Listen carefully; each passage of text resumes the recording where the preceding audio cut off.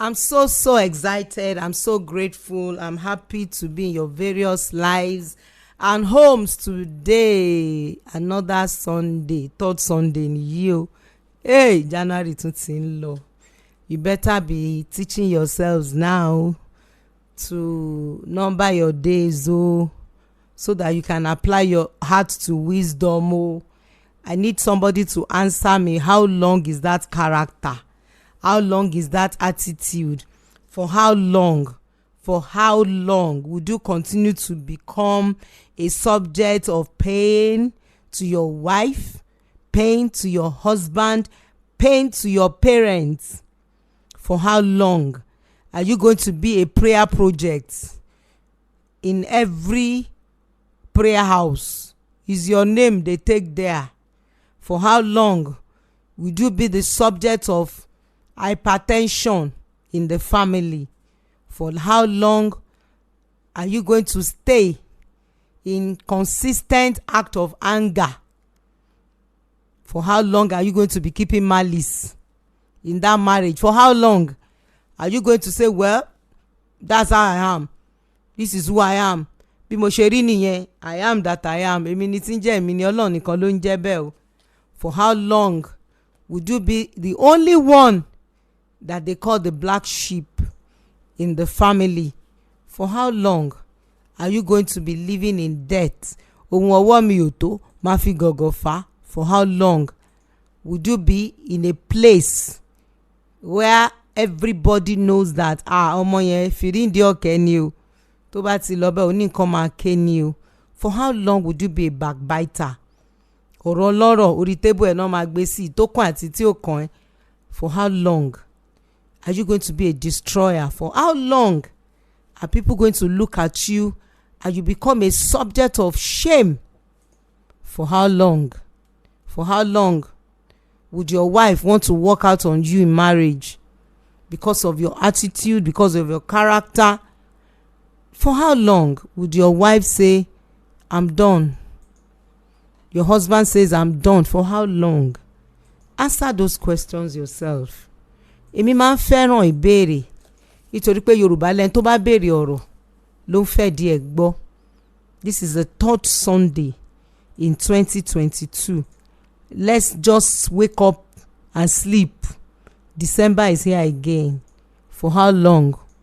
For how long would you stop living your life as if you are the only one that owns your life? For how long are you going to keep drugging yourself?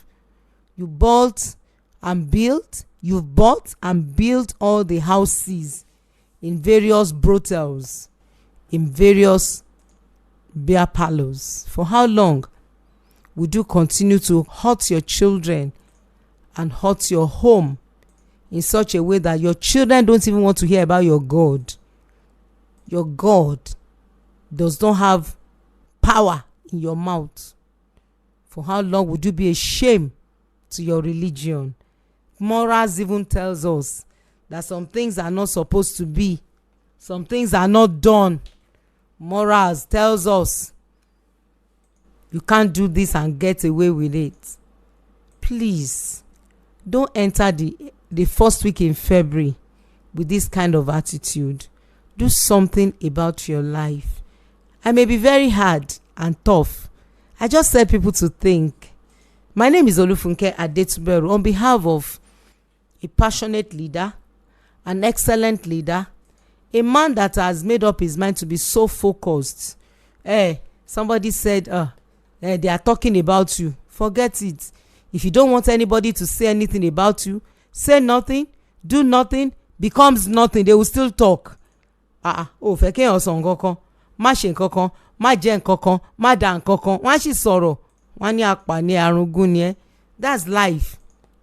I want to celebrate a leader that is extremely focused. Whether you are celebrating him, ẹ ṣé. If you don't celebrate him, ẹ ṣé. That's how a leader is. He's Dr. Yinka Joel Ayefele. He's the CEO General of Fresh FM Nigeria. I celebrate him dearly. On his behalf, I welcome you to Shematters, Fresh FM 106.9, Ado Ekiti. Anytime I'm saying this and I'm passionate about relationship, I know what I'm talking about.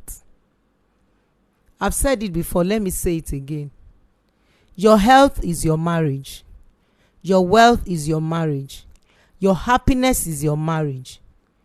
The children you are raising, spending money over, private school, private teachers, sitting in the house doing homework, it still comes to your marriage at the end of your old age.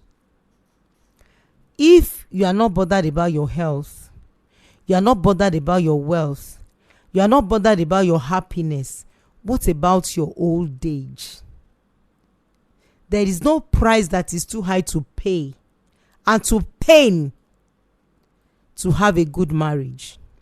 If you are a professor, you are a doctor, you are a lawyer, you are a banker, you still need a home to stabilize your profession and make you to enjoy the fruit of your labor.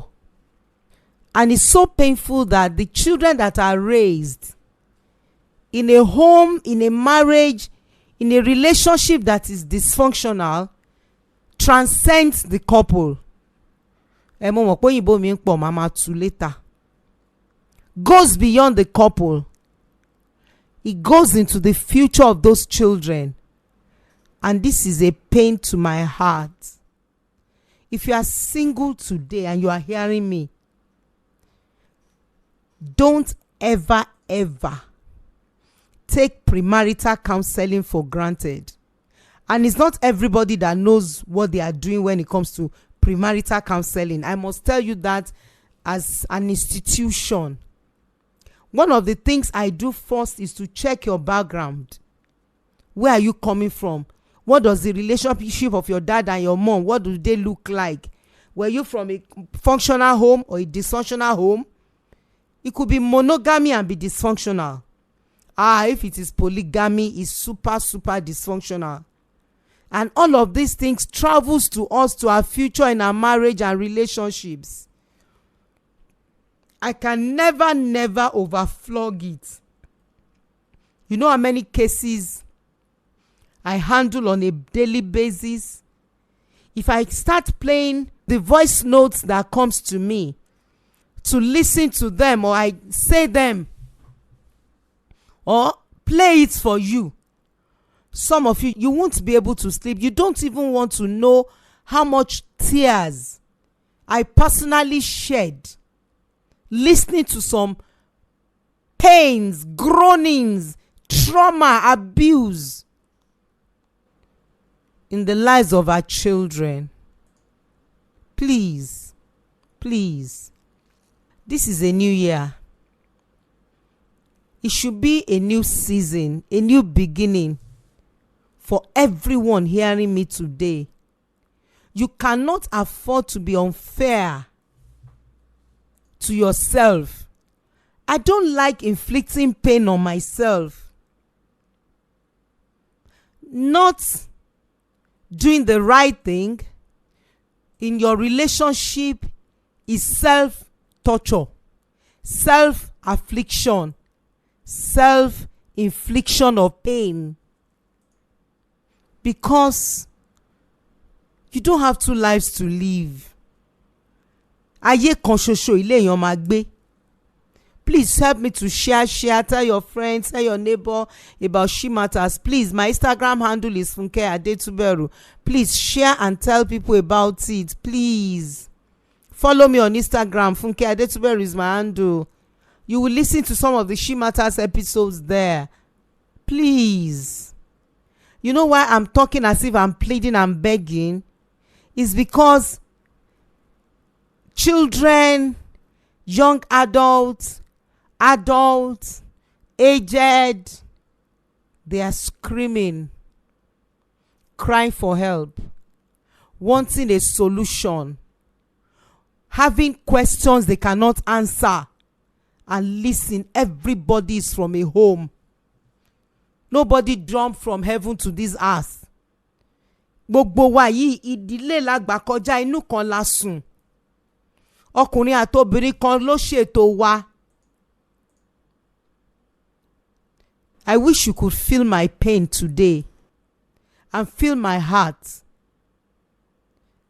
Do everything to humble yourself and humble yourselves to keep your relationships.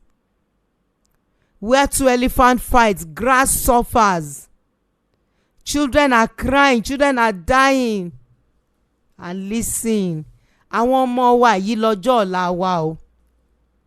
Ìwà àtọkọ ẹ̀ ń jà gbàsgbòs lórí àwọn ọmọ ẹ̀. Ìyàwó ẹ̀ ní problem gbàsgbòs lórí àwọn ọmọ ẹ̀. Níbo ló wá fẹ́ sùn? Kí lọ́jọ́ ogbó fẹ́ sọ? Kí lọ́la fẹ́ sọ? Kí lọ́la fẹ́ ṣọ́la lè là ní? Tí n bá ń fi gbogbo ọkàn mi sọ̀rọ̀ báyìí, mo fẹ́ kẹ́ ẹ gbọ́ mi. Torí pé kí ni? Èmi sọ fún ara mi pé ó ti tó gẹ́. Ngbà tí bébì bá bí bébì tán bí bébì, tí bébì fẹ́ bébì tán bí bébì, ńbo la máa gbé gbà? Ibi tán bá dẹ̀ ti tán wa, ibi tán bá ti gbé wa láti kékeré, òun ló máa sọ bá ṣe máa jẹ́ nǹkan tá a máa dà lọ́la ní ọjọ́ kékeré. First few years of our lives determines our health, our wealth, our happiness. Mi sọ àwọn tó tún ti bímọ pé happiness of your children. Mo ń sọ ìwọ gangan gẹ́gẹ́ bí èèyàn. Báwo ló ṣe fẹ́ kàwé tó fẹ́ mọ̀wé nígbà tó yẹ pé ojoojúmọ́ ni dáàdì àti mọ́mì ń jà tọkọ ẹ̀ ò balẹ̀? O lè concentrate as a child. Some of you are complaining now. My daddy, my mommy, my children, they are not doing well. Why would they do well? A child needs a healthy environment to be well. A child needs an healthy environment to be intelligent. Or else, when there is a wound in the soul of a child, he goes drinking, smoking, doing things, masturbating, watching pornography to medicate the pain that is inflicted in the soul.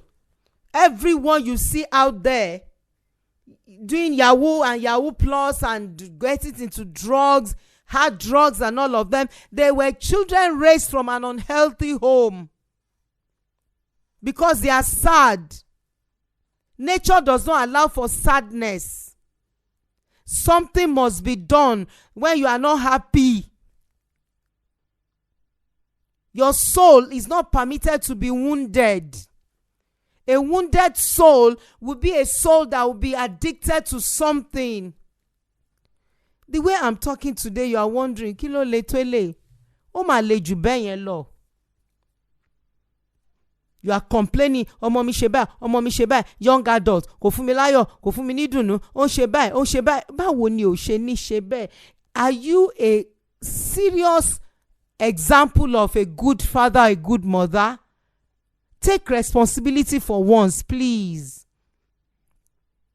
And let's do something about it. Can I say this to all our parents? The moment you notice anything in your young adult, ẹ tètè pariwo síta for help. Yorùbá ní kékeré náà ti ń pe ẹ̀kan ìrókò, ẹ̀ka ìrókò. If I'm right, just understand. Please.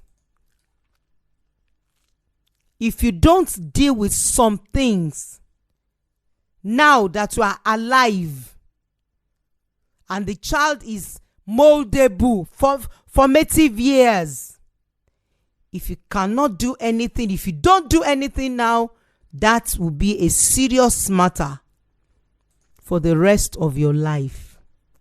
Let me put it this way. Take 2. Bad habits die hard. Bad habits die hard. What is addiction? Addiction is a man forming a habit, and the habit has now formed the man. It is only mercy that would bring your children back. Anigba mi ojú àpá ò kì í jojú ara o. Gbogbo ẹ̀yin tẹ́ ní young adult, teenagers tẹ́ tán ìwà lábẹ́ yín, mo ń pariwo ń sìn bí ẹni tí wọ́n dáná sí lára. Wọ́n dáná sí mi lára, wọn ò ṣe ní dáná sí mi lára. ṣé báwọn ọmọ yín náà ń sọ̀rọ̀ yìí, ṣé báwọn ọkọ mi ló ń sọ̀rọ̀ yìí, ṣé báwọn ìyàwó mi náà ń sọ̀rọ̀ yìí, ṣán jábọ́ látọ̀run ni? ṣé àwọn tí wọ́n ń sọ̀rọ̀ wọn yìí ṣé ọ̀run náà ti jábọ́ àbínú ayé kọ́nà ti dàgbà ni, àbínú ìdílé kọ́nà ti dàgbà ni?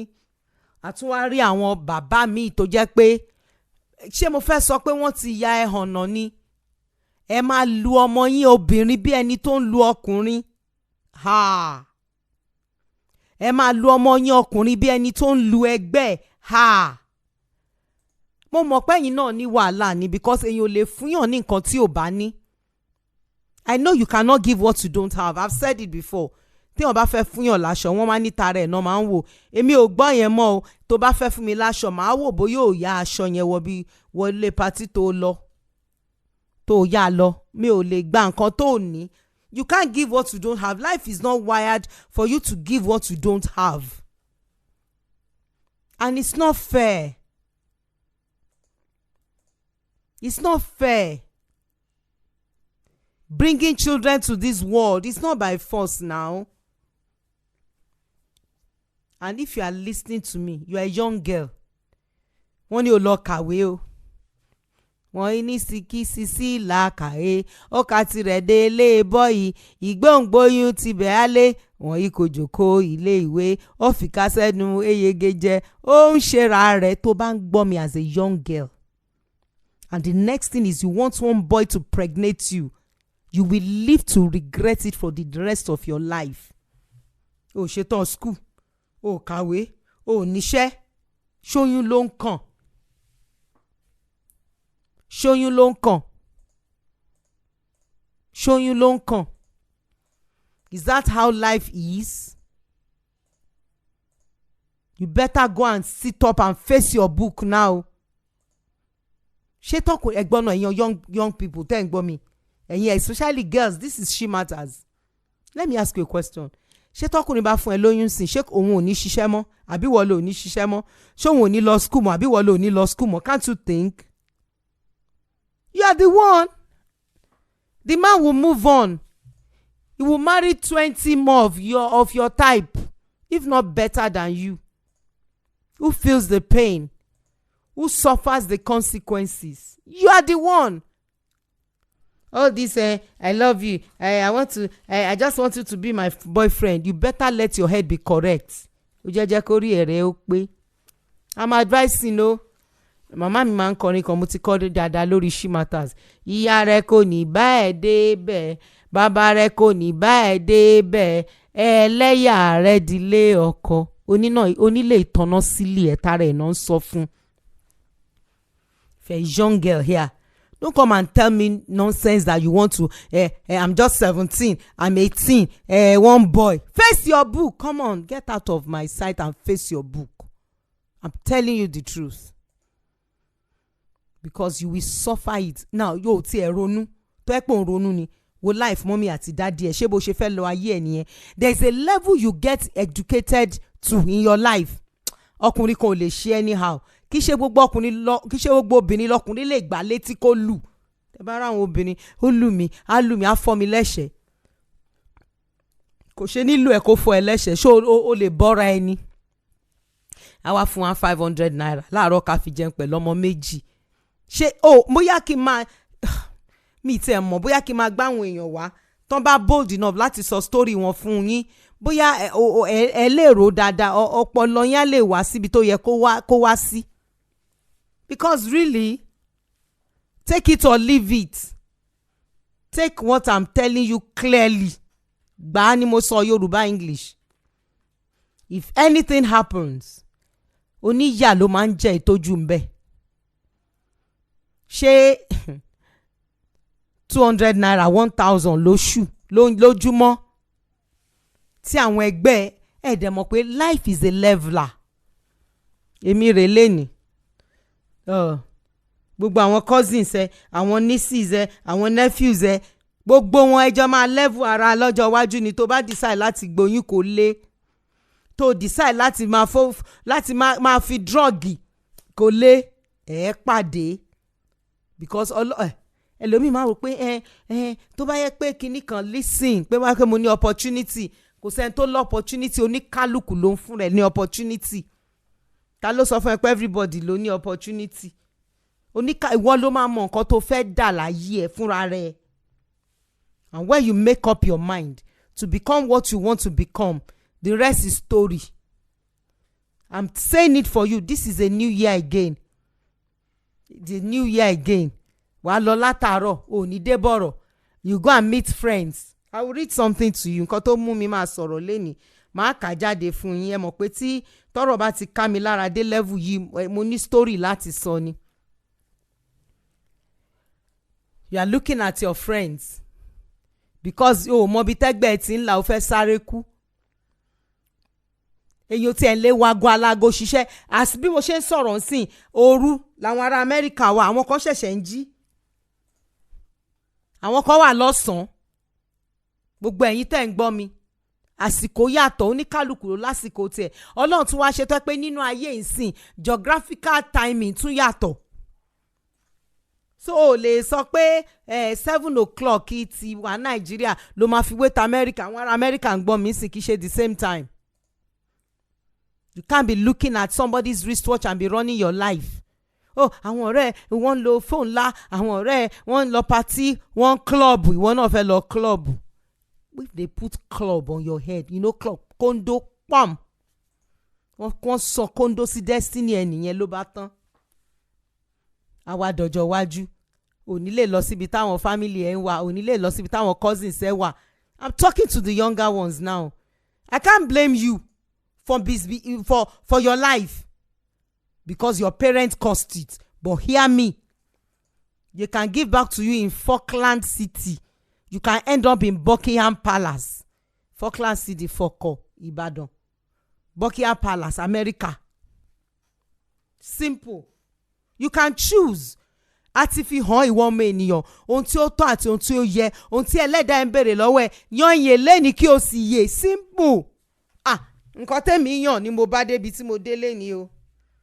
You make your choice makes you. Can I say this to all the young ones hearing me? Choice is the worst gift that God gave to man. The gift of choice. I wish God did not give us choice. I wish God would just say, rárá má ṣe bẹ́ẹ̀, kó wá ṣe bí robot, bí remote. You know, choose. Choose. You are hearing me now. You are choosing wrongly. You are making wrong decisions. You are telling me peer pressure. Peer pressure, call. It's better to be alone than to be in the wrong company. It's better to be alone than to be in the wrong company. It is better to be alone and face your life, face your book, face your life, face your training, face your studies than to be in the wrong company. Because at the end of the day, you know what the wrong company does to people? It cages you, stagnates you. Nǹkan táyé bá dẹ̀ kọ́ ẹ pé kó ṣe, òun náà máa tún fi bú ẹ. Ṣé ńgbà tọ́rẹ́ ẹ bá ní kó lọ gbé ara ẹ sílẹ̀ tó bá lóyún, tó ṣẹṣẹṣẹ tí ò ṣe ṣẹ́, tó ń ròyìn oṣù 9, ṣé wọ́n á bẹ ṣọ̀rẹ́ padà? Wọ́n ti já, wọ́n ti lọ gídẹ́ ẹyẹ fò, wọ́n ti lọ. Tàbí kó ti kó àrùn ìbálòpọ̀, kó wá máa gbẹ káì, kó wá máa gbẹ ló bá tán. Life goes on. Life goes on. Life goes on. And it's paining me to my bone that you will look at your life like this. Ayé kan ṣoṣo tó ní. Wà wá ṣe rádaràda, wà lò lòkulò, kí ló tún wá kù? Tell me, kí ló tún kù? Wà wá lógun ìdílé ni. Ogun ìdílé kọ́ o. Ẹ yé purọ́ mọ́gun mọ́. Ẹ fogun lẹ̀, ogun wà mí ìjiyàn. Ṣùgbọ́n ẹlòmíì fúnra rẹ̀ ló ń fọwọ́ fa ogun sí ayé rẹ̀. Fúnra rẹ̀ ẹlòmíì ló ń fọwọ́ fa ogun sí ayé rẹ̀. Ó dẹ̀ burú débi wípé ìran yìí ò tiẹ̀ wá rẹ̀ ń tó ń bá wa sòótọ́ ọ̀rọ̀ mọ́. Ẹlòmíì tiẹ̀ wá rẹ̀ ń tó ń bá sòótọ́ ọ̀rọ̀. Mọ́mì ti sọ, dádì ti sọ, wọ́n ti lù ẹ́, wọ́n ti bú ẹ, ò lẹ́nu wọn rùn. Fúnra ara oníyà ló máa jẹ́ ìtọ́jú ń bẹ̀. Kàwé lọ school ṣe kíá, kàwé ṣe dáadáa, result gbọ́ mi, sórí tó bá dáa fún ẹ ṣó ń gbọ́ mi kó tó rántí màmá ẹ àti bàbá ẹ wàá ti rántí fámílì ẹ wàá ti rántí ìyàwó ẹ wàá ti rántí àwọn ọmọ ẹ wàá ti rántí ọkọ ẹ so ara ẹ ló ń ṣe fún. èmi tí mò ń sọ̀rọ̀ yìí ẹlòmíì àtúngba táìmù títí màá tún rojọ́ kò sí pé ẹ tiẹ̀ gba 1000 naira credit mi ìbéèrè o. nǹkan tí mò ń sọ ni pé tó bá dáa fún yàn tààrà ẹ̀ là kọ́kọ́ gbọ́ ṣémi náà send 1000 credit sí yín ni tààrà èèyàn lèèyàn máa kọ́kọ́ gbọ́ now. That is how it works. That is how it works. It's very painful. It's extremely painful. If I have to read things like this from a young boy, hear me o, parents ni o. Ṣùgbọ́n jókòó sórí parents ni. Ṣé bàbá Joseph ó like ẹ ṣùgbọ́n àwọn ẹ̀gbọ́n ẹ̀ hate ẹ coat of many colours náà rà fún. Nígbà tó ń fi ojú ẹ tó fi nàkànàkàn ayé máa ń fìyàn nàkànàkàn tó bá ti kọjú sí ẹ kó ta tó bá kẹ̀yìn sí ẹ kó ta tó bá ti kúwọ́ nìkan tún èrò ara ẹ pa so pé ẹ mọ́mì mi ẹ dádì mi forget owó ògbẹ́ òórùn lọ́jà ni màmá mi sọ pé wọ́n á ń gbéra ẹ sílẹ̀ wọ́n ń gbọ́ ẹ káàkiri títì ṣé yẹn wá ló dáa ní ìrántí gbogbo ayé ń lọ yìí àkókò dẹ̀ ń lọ múra sí iṣẹ́ ọ̀rẹ́ mi iṣẹ́ la fi dẹni gíga bá ò bá rẹ́ni fẹ̀yìntì bí ọ̀lẹ là á rí bá ò bá rẹ́ni gbẹ́kẹ̀lé àtẹ̀ramọ́ṣẹ́ ẹni ìyá rẹ lè lówó lọ́wọ́ kí bàbá rẹ lẹ́ṣin lẹ́ẹ̀kan bó o bá gbójúlé wọn ò tẹ́tán ni mo sọ fún ọ ohun tí a ò bá jìyà fún ṣebí kì í tọ́jọ́ ohun tí a bá fara ṣiṣẹ́ fún ní pẹ́ lọ́wọ́ ẹni apá lára o apá ẹ̀ lára ẹ o ìgúnpá ẹ̀ níye kan ẹ o táyé bá ń fẹ́ ọ lónìí wọ́n lè fi ẹ́ sí ipò àtàtà ìyẹn ò ní pọ́n máa fẹ́ ọ lọ́la o ẹ lọ bèrè lọ́wọ́ àwọn òbí yín wọ́n á sọ poem yẹn fún yín mi mọ̀ pé mo ti rántí ẹ̀ débẹ̀ yẹn àti kékeré nursery náà ti kọ́ wa primary school náà ti kọ́ wa morals tells you that you cannot predict your future anyhow. You can only predict your future when you know what you are doing and you are intentional about it.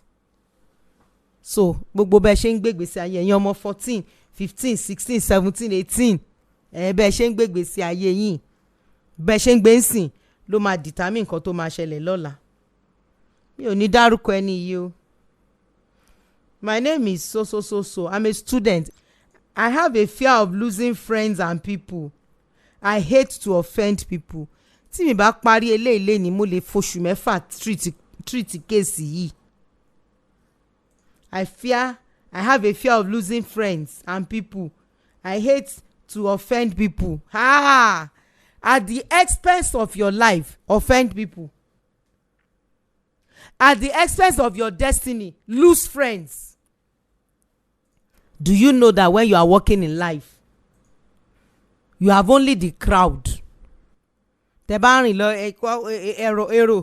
èrò ẹ̀ńkérò tẹ́ bá ti ń sáré ẹ̀yin tẹ́ lè sáré lẹ́jọ́ máa wà pọ̀ tẹ́ bá ti ń fò ẹ máa dá fò ni. Life is personal. You are afraid of losing friends? You better start losing friends. Delete some numbers from your phone after this program. Shematters, delete them. You fear losing friends and people and you hate to offend people. Tó bá ti jẹ́ pé tẹ́ bá ka tí n bá ń sọ ìtàn ẹ lọ fún yẹn ọkọ ló kọ́ o tí n bá sọ story fún yín ẹ mọ̀ pé kó lose friends kó offend the people òun ló yẹ kó jẹ́ number 1 priority ẹ̀ ní 2022 because anybody that is not adding to you is subtracting from you. Kéèyàn kan jókòó sójú kan kó wá máa sọ pé òun ò fẹ́ lose ọ̀rẹ́. Ọ̀rẹ́ Yorùbá ní àgùntàn tó bá já ni ó máa jẹ̀gbẹ́ ni. When you are walking in life you have the crowd. When you are running tó fẹ́ sáré ní ìrìn àjò ayé ẹ you have only the athletes. When you are flying you fly solo. Ẹ mọ̀ gbà tí mo ti jókòó sórí program báyìí Nbo mo ti rore an ko worin an jo an wọṣọ ẹbí ní every weekend. Níbo? Kai. You want to become something in life. Lose bad friends. Ọ̀rọ̀ friendship gan mọ̀ wípé ọ̀rọ̀ ńlá ni kí ẹ sọ pé that person is my friend. It's an expensive statement. You can have acquaintances. A lot of us, you are listening to me today. Friends have put a lot of people in their various prisons. Physical prison, emotional prison, psychological prison, financial prisons. Mo fi ẹ prisons because of friendship. Because of friendship. Because of association. Lose friends, please. Listen to me. Ask yourself simple question. This my friend that I've been talking to, is she making me make progress? Is he or she adding to me? Have I been a better person since I've been talking to this person? Is this person inspiring me?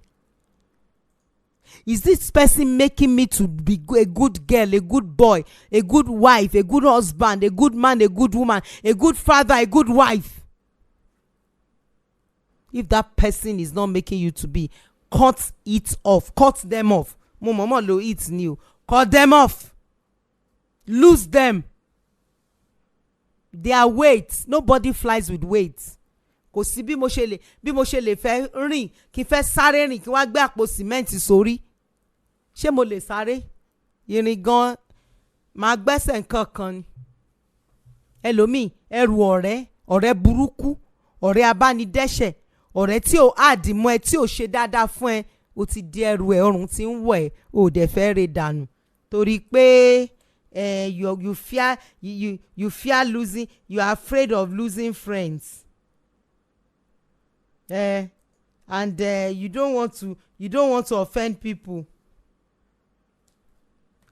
Let God be obeyed no matter who is offended. I offend you big time because ṣé tí n bá wá tiẹ̀ kùnà láyé màá wá ní ọ̀rẹ́ mi ló jẹ́ ń kùnà, tàbí tí n bá wá ó mọ nǹkan tó ọ̀rẹ́ ti fi ṣèyàn, ẹ ti gbàgbé ìtàn Ìjàpá àti erin ni. Ọ̀rẹ́ náà ni a ó mẹ́rin ìjọba ẹ̀lẹ́kù ẹ̀wẹ̀lẹ́ a ó mẹ́rin ìjọba. Wọ́n gbẹ́ kòtò wọ́n tẹ́ ní sí ni wọ́n wá gbága fún kó jókòó. I don't know how nice you are. You are driving and a vehicle stopped on the road. Kí ló fẹ́ ṣe? Wàá dúró síbẹ̀. Wàá máa wo àwọn ọkọ̀ tó kù pé reverse mo ń lọ reverse. Tó bá ti ráyè kékeré báyìí ó reverse boom ó lọ nìyẹn. Ṣé wàá wá sùn sórí títì ibẹ̀ pé torí go slow gbogbo ẹnìyẹn park ni o? Nobody follows a parked vehicle now. Your friends have parked. Tó bá ti lọ́rẹ̀ẹ́ kan school torí pé olódo ni àbóníranù ni àbí pornography ló ń wò lábẹ́ síìtì àbí blue film ló ń wò nínú class. Ẹsẹ̀kẹsẹ̀ kí nǹkan kan nú ẹ kó kórìíra ẹnìyẹn pé láyé before your brain is hijacked to sex, because ṣẹ́rí gbogbo ìwà yìí ọpọlọ ni o. That's what we do in recovery classes. We retrain the brain. Ẹ̀yin náà ẹ wo nǹkan tó ń lọ káàkiri àgbáyé náà. Ẹ máa gbọ́ ọmọ 17 ọmọ 15 ó fẹ́ fi àbúrò ẹ̀ ṣòwò. Ṣé ẹ gbọ́ rí ni? Peer pressure. Relationships has messed many people up. Nǹkan tó wàá mọ̀ ni pé sórí ọ̀rẹ́ ẹ̀ gan tó ń wò lókèlókè tó ń wò kí ó mọ bí ó ti ń rìn, ó mọ bó ṣe ń ṣe. Yorùbá ní ẹni tí ò bá mọ ibi tẹ́gbẹ́ ńlá eré ló máa sákú ni.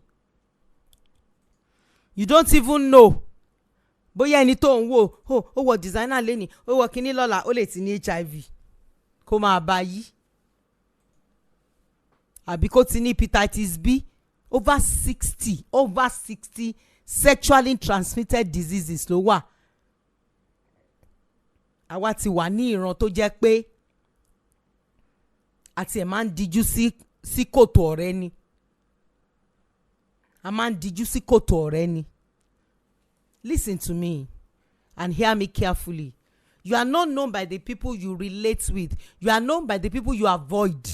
Tán bá ti rò pé Funke kò kí n bẹ́ nìyẹn ṣọ̀rẹ́, ọmọ dáadáa ni mí ń gbà yẹn. Yorùbá ní àgùntàn tó bá bá járìn á jẹ̀gbẹ́. You can start eating feces if you are working with dogs. That's the truth. Àìmọye àwọn ìránṣẹ́ Ọlọ́run kan gbọ́ mi sìn oníṣòro ìbálòpọ̀ you are having sexual problem. Gbogbo àwọn ọmọ ọjọ́ ló ń fọwọ́ kan ló ń fọwọ́ tọ́. Ó wá lọ sọ fọ́ọ̀rẹ́ kan ní má wọrí ẹran ara ni. Ẹran ara kọ́ ẹran ara ni. It will eat you up. Go and read Job. Job ní ká lóun ti bá ẹnikẹ́ni ṣe pọ̀ tí kì í ṣe ìyàwó òun. Ó ní kí ọkùnrin míì kó grind lórí ìyàwó òun ní gbangba. Men that commit adultery, you are exposing your wife to infidelity. That's the truth. That's the truth. Ó ní gbogbo nǹkan tóun ti fi ọwọ́ ayé òun ṣe tóun fi ṣiṣẹ́ kí kó ru dànù kó rẹ̀ yes kó rẹ̀ dànù. Ọkùnrin tí ìwà àgbèrè tó yé nìyẹn. I appreciate you for listening to me. I know I'm being kind of strong. Please do everything to take what I'm saying as a strong advice for 2022. Mo ti bẹ́yìn ọmọdé sọ̀rọ̀, mo ti bẹ́yìn ìyá sọ̀rọ̀, mo ti bẹ́yìn bàbá sọ̀rọ̀. Ẹ jẹ́ àròrè ìgbẹ̀yìn ló máa ń dùn olóko àdá sí. And life is a leveler. Please don't forget to follow me on Instagram page. My handle is funkeadetuberu. I'm still going to talk about premarital counselling. Tó bá ń gbọ́ mi tó fẹ́ ṣe ìyàwó between now and April, reach out to me. I'm doing 50% discount for marriage counselling. And if you want to do postmarital counselling, not a problem. Or you are going through issues, you want to do therapy, professionally you'll be handled. This is a professional matter. If you don't mind taking medication for your physical sickness, you should not be afraid to take medication for your emotional treatment. When you go to the hospital, they treat you as someone that is sick.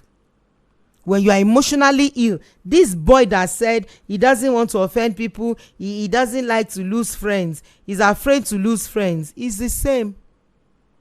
It's an emotional sickness.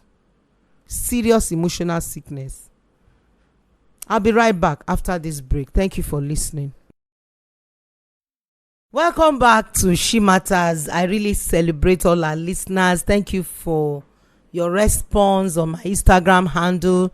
My handle is funkeadetuberu. Don't forget to follow me. Tell your friends to follow me on Instagram page. My handle is funkeadetuberu. It's been wow since the beginning of this program. I'm passionate about the statement this person made. And these friends, me ti katon mo ti sọ pé the way I'm going to read this text message is not just going to be one episode, because I noticed that the reason why a lot of youth and teenagers, even young adults, gbogbo wa la ní problem peer pressure, all of us. Do you know that if your friend is wearing a particular cloth, you want to buy it, you want to look like the person? If he's driving a particular car, if you can afford it, you want to buy your friend's type of car. Everyone is affected by peer pressure. It is normal. It is not abnormal to want to be like your friend, like your mate, like your colleague. No, it's not a problem. It is natural, but you must be reasonable enough to know that if this person I want to look like, I want to be like, is not adding to me, is subtracting from me, I'm done. It is common sense that is not common. It is discipline. It is intentional act. It is determination to cut off from your friends that is influencing you wrongly. Now, what is the problem of this boy that does not want to lose friends and fight friends and offend friends? The problem is the self-worth, self-image. Can I say this? The devil does not destroy a man until he has destroyed his identity. Everyone have identity issue. And what messes our identity up is our background. Parenting. You are raising children. Oti sanraju, oti lejanju, wo bo se to, olodo, ode. All those statements contribute something. It's destroying self-esteem. Stop telling your child, oti gbeju, kilo gini kan, o le se kini kan, ebu mi tele ma so tore mi o mo bo se n buyan. Your parents did it to you. Your father did it to you and your mother. Now you are handing the baton over to your children. They can't be confident. A child that is often pulled down, pushed down, talked down on, insult, abuse. Àwọn òbí mi ò tiẹ̀ wá gbọ́n. Lójú àwọn àbúrò wọn báyìí náà tí màmá sọ pé orí àtọ̀lé.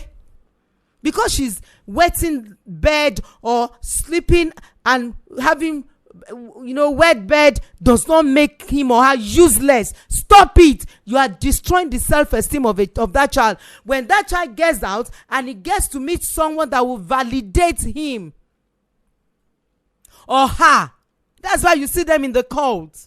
That's why you see them prostituting. They want to belong to the Jones and the Joneses. Why? Because you've messed them up. You've messed them up. You've made them to feel lesser than who they are. Kai, it's not fair. It's not fair. What messes a life up and made the person I don't want to offend this person. I don't want anybody to fight me. Have you seen children? Look at the case of Sylvanus. The boy was coming home and telling the parent, these people are bullying me. They are kiniko. I said it before. You push that child to a lion's mouth. Ta ló lose ọmọ báyìí? Ebo no ewo. Mo bo ṣe máa ṣe case nlu wa kọ́lọ́ ṣàánú wa. Ṣé ń gbọ́? Mi ní sọ ju bẹ́ẹ̀ yẹn lọ. I salute my country. I pray for my country to be a better place. But the point is, ten tó kú ló gbé. Woman yẹn ò lè fi ọmọ lọ́mọ ṣọmọ ẹ̀ kó change orúkọ ẹ̀ sọmọ ẹ̀ because we don't understand how to build a child's worth and self-esteem. Hear me. If you are listening to me now, mo ti sọ̀rọ̀ sí ẹ ọ̀dẹ̀ olódo dìdìrìn gbogboonu da. Especially ẹ̀yin bàbá. You don't know how powerful words are to your children, especially when it comes from a father who is supposed to take you further and faster in life. Parenting is not for people that does not have emotional intelligence. Some of us are raised by emotionally immature parents. And to ye kan te shi ma tọ́jú náà tó náà wá ló ń bímọ. When you are raised in that kind of a system, your self-esteem dies. You want to belong everywhere. Nǹkan tó ṣẹlẹ̀ sọ́mọ yìí ni o. If you hear this story, you will cry. Mo ṣẹ̀ṣẹ̀ bẹ̀rẹ̀ ni. Page 1 mo ṣẹ̀ṣẹ̀ bẹ̀rẹ̀ discussion yìí ni. Serious matter. Serious matter. Serious issue. To an extent, oh God, I mean, ìfẹ́ lọ mo máa mú díẹ̀ ni mo ti sọ pé mi lè mú tán. Oh God. And I'm privileged, I'm grateful that people can trust me with their lives. Thank you. Thank you for opening up to me. Thank you for talking to me. And don't be angry if I'm not able to still reply you. I have a lot on my table. After Shematters, 1,000 text messages. That's why I don't pick calls. Please text, do WhatsApp, do voice notes. I can't be picking calls like this. You won't hear me and be happy again. See how I'm talking. Even me, I'm feeling that I'm making statements that is touching lives that are listening to me. That is the essence of being alone, being consecrated, being separated, being able to think and act and speak out wisdom. If I'm taking all the calls 24/7, I will not be able to do that. So please, I sincerely apologize if I am not picking your calls. Send me a text, a voice note, and please, tẹ́ bá ti rí pé ó ti pẹ́ tí mi ti dá yín lóhùn, ẹ send reminder kò ṣẹ̀ṣẹ̀ ń bẹ̀. I won't be angry. You have not read my text. Ẹlòmíì àwa tún mú mi bú ẹ wá gbà mí. Nígbà tẹ́ ẹ fún mi lówó, ẹ tún bú mi. Ẹ má ṣe bẹ́ẹ̀. It's unethical. It's not nice. To do that is not fair on me. And you know what? Mo wo ramba mo ní Funke, you be 60 next year. àgbà ti dé náà. Thank God for mercy, but please allow me to rest. Send me a text, send me a voice note, send me a WhatsApp voice note also. I will reply you. There's no problem. I reply people. People can bear me witness. The number to text, to voice note, to WhatsApp is 080 232 42389. 080 232 42389. ẹ má pè nọ́mbà yẹn, ẹ text, ẹ voice note, ẹ WhatsApp 080 232 42389. ṣẹ́rí tá bá ti wà nínú ìdílé tán ti ń wọ́ wa ńlẹ̀ tó fẹ́ kán mọ̀ bóyá ṣẹ́rí àwọn ọmọ kan wà, mo ti sọ ó dà pé mo sọ níjẹ̀jọ́, àwọn ọmọ kan wà tó yẹ pé aláròjinlẹ̀ ni wọ́n. Irú àwọn ọmọ yẹn tẹ́ bá ti ń bú wọn báyìí wọ́n ń rò lọ ni, wọ́n mú lọ, wọ́n fi sínú inú ayé wọn lọ ni. Wọ́n wá máa jó sí ìlú tó ọ̀mẹ́ tó ń lù. When you have kids that words affect some of your children, there is no human being that words does not affect. Stick and stone may not break my bone, but words will break my bone. Words break, words make, words mar, words kills. Words are powerful. Ọ̀rọ̀ lọ́lọ́run fi dáyé, ọ̀rọ̀ ni. Words makes or mar. Words breaks or makes. A lot of your children are being broken by words. That's why you are seeing them in various clubs. That's why you are seeing them drinking. That's why you are seeing them doing yahoo. They want to happen. That's why you see them wearing no clothes, half naked on the street. It's words. But let me say something here, all of you. If anybody talk nonsense to you, build your inner worth. Build your inner value. Just make sure you are adding value. Make yourself indispensable. Mo ṣì máa bá wa sọ̀rọ̀. Báwo la tẹ̀ ṣe wá lè build self-esteem wa padà? Hear me. My story is very interesting. Bóyá ọjọ́ kan ló à ń fún mi lórí ọ̀fẹ́ láti sọ ìtàn ayé mi fún yín. Ṣẹ́rí. Oníkálùkù ló máa determine báyé ẹ̀ ṣe fẹ́ rí. I don't care where ìpín ìké àbí tán ti bí ẹ, where you were born from or who gave birth to you. Haba. I've seen people that were given birth to by parents that did not go to school. They can't fìdí gòkó. And today they are outstanding. They are solid. They are resourceful and resourceful. Simple and straightforward.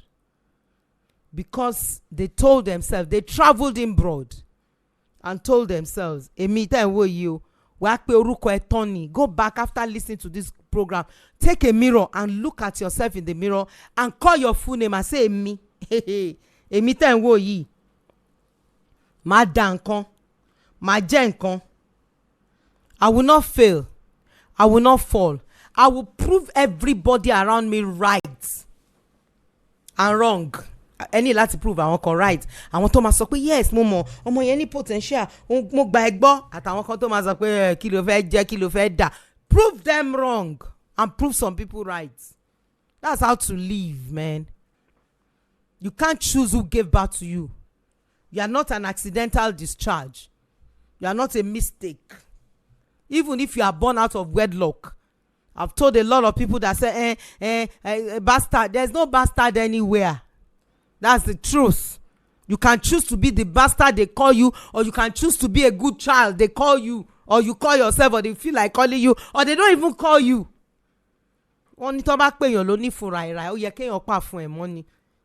Don't act like the bastard that you are. Act like somebody that is honorable. Listen to wisdom.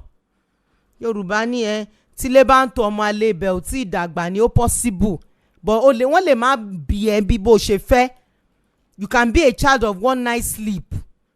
Shebeyan ni Jabez, more sorrowful. He was honorable, but he was born in sorrow. And he told himself, gbàgbé ẹ̀ ìtẹ́ sọ yẹn ti yín ni. Màá prove yín wrong. Màá prove àwọn kan right. Kó náà wá máa hùwà ọmọ àlè. Koma gboran. They will tell you to do something, you are not doing it. You are proving to them that you are a proper true bastard. When you look at where you are coming from, there are people you will not marry, there are people you will not relate with. How can you come from a dysfunctional home? You are raised from a dysfunctional home. You know your dad had a fling and had you as a child. You now went to marry a child that is from a bastard home to second wife. Is that not smart? You check your background. You know where you are going. You choose to deal with the pattern of your bloodline. You make a difference. That's how to live. I'm saying it with a lot of passion on my inside. Who cares who gave birth to me? I don't care. I have a right to live my life the way heaven will applaud me. Life, not heaven. Life will clap for me and say, yes.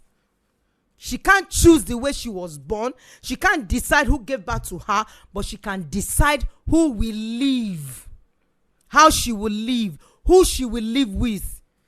You now choose to go and live with a drunkard, a smoker, when you know where you are coming from. That's what I do. When I tell you, do premarital counseling. By the time you do first session at the premarital counseling, you know that, I'm not going this way. Mo fẹ́ continue eguni, timba continue be. Wow, it's been amazing today. Honestly, I felt that I needed to shout the more, but because we are limited to time, please follow me on Instagram page. My handle is funkeadetuberu. I just published a book, Take Your Life Back After Years of Abuse. If you have been abused multidimensionally, it's an opportunity for you to purchase that book and read it and take your life back.